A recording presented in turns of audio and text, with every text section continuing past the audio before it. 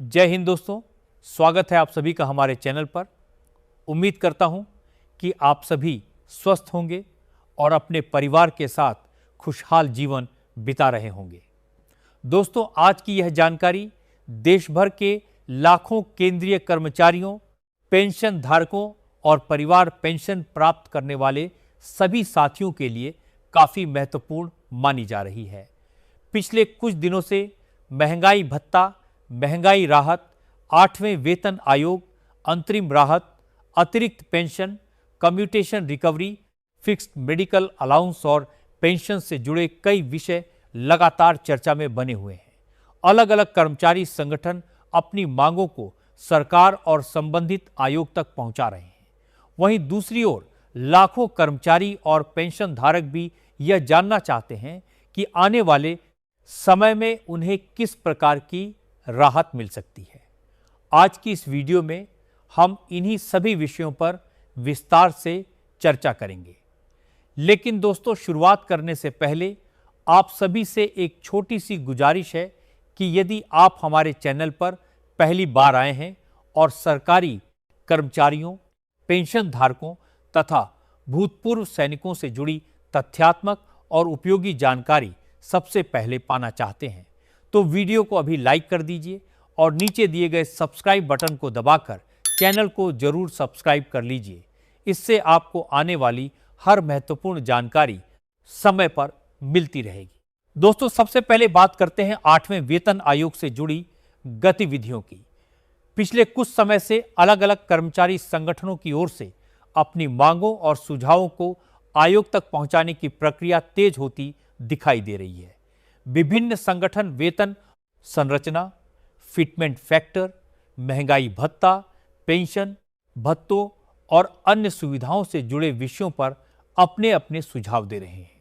यह प्रक्रिया किसी भी वेतन आयोग का सामान्य हिस्सा होती है, क्योंकि आयोग सभी पक्षों की राय जानने के बाद अपनी सिफारिशें तैयार करता है। हालांकि अभी तक आयोग की अंतिम सिफारिशें सामने नहीं आई हैं और न ही सरकार की ओर से किसी नए वेतनमान को लागू करने की आधिकारिक घोषणा की गई है। इसलिए कर्मचारियों और पेंशन धारकों को केवल आधिकारिक आदेशों पर ही भरोसा करना चाहिए।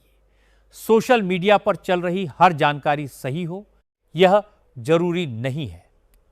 इसलिए किसी भी खबर को अंतिम मानने से पहले उसके आधिकारिक स्रोत की पुष्टि अवश्य कर लें।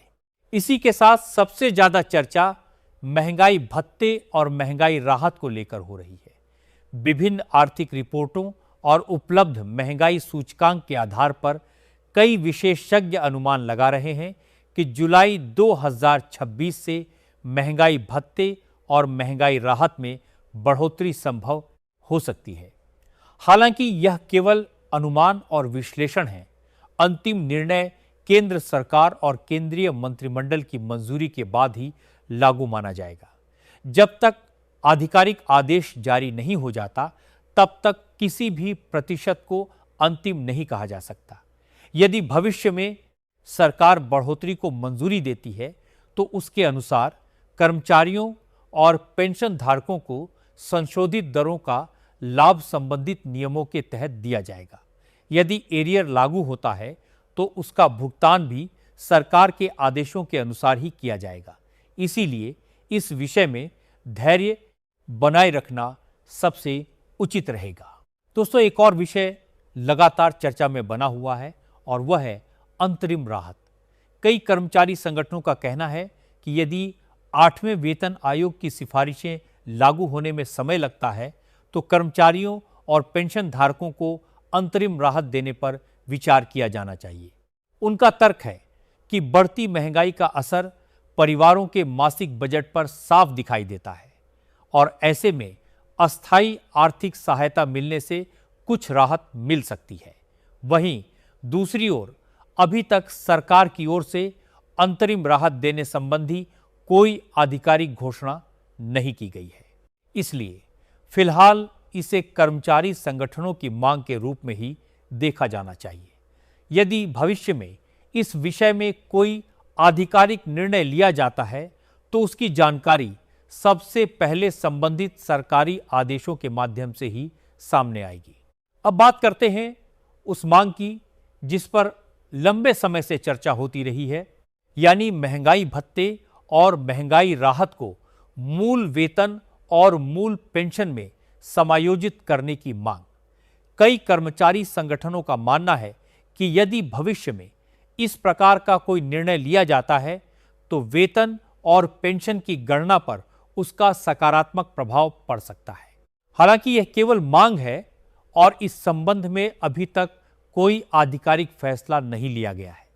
इसीलिए कर्मचारियों और पेंशन धारकों को किसी भी प्रकार की अफवाहों से बचते हुए केवल सरकारी अधिसूचनाओं का इंतजार करना चाहिए। किसी भी बड़े वित्तीय निर्णय से पहले विस्तृत विचार विमर्श और आवश्यक प्रक्रियाएं पूरी की जाती हैं। दोस्तों, अब बात करते हैं अतिरिक्त पेंशन की, क्योंकि कई वरिष्ठ पेंशन धारकों के मन में यह सवाल रहता है कि अतिरिक्त पेंशन कब से मिलती है। वर्तमान नियमों के अनुसार निर्धारित आयु पूरी होने पर पात्र पेंशन धारकों को अतिरिक्त पेंशन का लाभ दिया जाता है। यदि किसी पात्र व्यक्ति को समय पर यह लाभ नहीं मिल रहा है तो उन्हें अपनी पेंशन जारी करने वाली एजेंसी, बैंक अथवा संबंधित विभाग से संपर्क करना चाहिए और अपने रिकॉर्ड विशेषकर जन्मतिथि की जांच अवश्य करानी चाहिए। कई बार रिकॉर्ड में त्रुटि होने के कारण भुगतान में देरी हो जाती है, जिसे संबंधित प्रक्रिया के माध्यम से ठीक कराया जा सकता है। सही रिकॉर्ड होने पर पात्रता के अनुसार लाभ मिलने की संभावना बढ़ जाती है, इसलिए समय समय पर अपने दस्तावेजों की जांच करना भी आवश्यक माना जाता है। इसी बीच पेंशन से जुड़े अन्य विषयों जैसे commutation recovery, fixed medical allowance और पेंशन सुधारों को लेकर भी विभिन्न कर्मचारी और पेंशनर संगठन अपनी अपनी मांगें रख रहे हैं। कुछ संगठनों का कहना है कि कम्यूटेशन रिकवरी की अवधि पर पुनर्विचार होना चाहिए। कुछ संगठन फिक्स्ड मेडिकल अलाउंस में बढ़ोतरी की मांग कर रहे हैं, जबकि कुछ संगठन पेंशन व्यवस्था में अन्य सुधारों की बात कर रहे हैं। हालांकि इन सभी विषयों पर अंतिम निर्णय सरकार और संबंधित प्राधिकरण द्वारा ही लिया जाएगा। जब तक कोई आधिकारिक आदेश जारी नहीं होता, तब तक इन्हें केवल सुझाव और मांग के रूप में ही देखा जाना चाहिए। दोस्तों, अगर आपको हमारे द्वारा दी जा रही जानकारी उपयोगी लग रही है तो एक बार फिर वीडियो को लाइक जरूर करें, और यदि अभी तक चैनल को सब्सक्राइब नहीं किया है तो चैनल को भी सब्सक्राइब कर लीजिए। आपका एक लाइक और एक सब्सक्रिप्शन हमें इसी तरह तथ्यात्मक और उपयोगी जानकारी आप तक पहुंचाने के लिए प्रेरित करता है। अगले भाग में हम old pension scheme, NPS, ITR, 8वें वेतन आयोग से जुड़ी नई चर्चाओं और कर्मचारी संगठनों की अन्य प्रमुख मांगों पर विस्तार से बात करेंगे। जय हिंद दोस्तों, एक बार फिर से आप सभी का स्वागत है। अब आगे बढ़ते हैं और उन महत्वपूर्ण विषयों पर चर्चा करते हैं जिनका इंतजार लाखों केंद्रीय कर्मचारी और पेंशन धारक लंबे समय से कर रहे हैं। दोस्तों, पुरानी पेंशन योजना और राष्ट्रीय पेंशन प्रणाली यानी एनपीएस को लेकर भी लगातार चर्चा का माहौल बना हुआ है।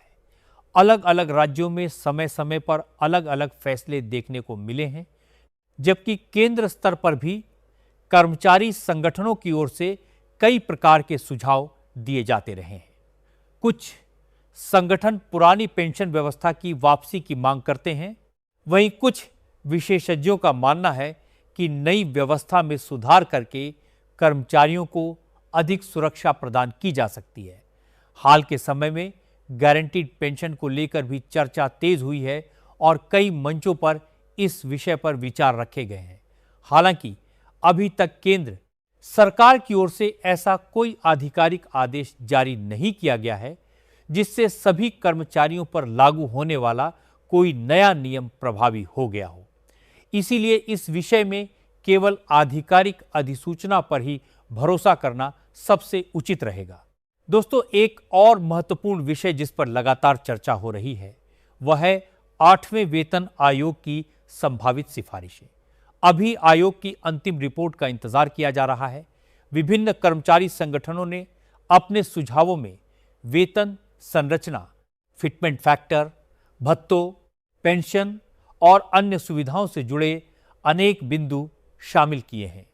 आयोग इन सभी सुझावों का अध्ययन करने के बाद अपनी सिफारिशें तैयार करेगा। इसके बाद सरकार उन सिफारिशों पर विचार करेगी और आवश्यक होने पर उन्हें लागू करने का निर्णय लेगी। इसीलिए अभी किसी भी संभावित आंकड़े या लाभ को निश्चित मानना उचित नहीं होगा। कर्मचारियों और पेंशन धारकों के लिए सबसे महत्वपूर्ण बात यही है कि वे केवल आधिकारिक जानकारी पर भरोसा करें और सोशल मीडिया पर वायरल होने वाली अपुष्ट खबरों से सावधान रहें। इसी उम्मीद के साथ आज की इस जानकारी को यहीं समाप्त करते हैं। यदि आपको यह जानकारी उपयोगी लगी हो तो वीडियो को अपने साथियों के साथ जरूर साझा करें ताकि अधिक से अधिक कर्मचारी और पेंशन धारकों तक सही और तथ्यात्मक जानकारी पहुंच सके। एक बार फिर याद दिला दें कि यदि आपने अभी तक वीडियो को लाइक नहीं किया है तो वीडियो को लाइक जरूर करें और हमारे चैनल को सब्सक्राइब करके बेल आइकन भी दबा दें ताकि भविष्य में आने वाली कोई भी महत्वपूर्ण अपडेट आपसे छूट न पाए। दोस्तों, आपका विश्वास और आपका सहयोग ही हमें लगातार बेहतर और तथ्यात्मक जानकारी आपके सामने प्रस्तुत करने की प्रेरणा देता है। फिलहाल आज के लिए बस इतना ही। जैसे ही कोई नई आधिकारिक सूचना सामने आएगी हम उसके साथ फिर हाजिर होंगे। तब तक अपना और अपने परिवार का ध्यान रखिए। जय हिंद, जय भारत, वंदे मातरम।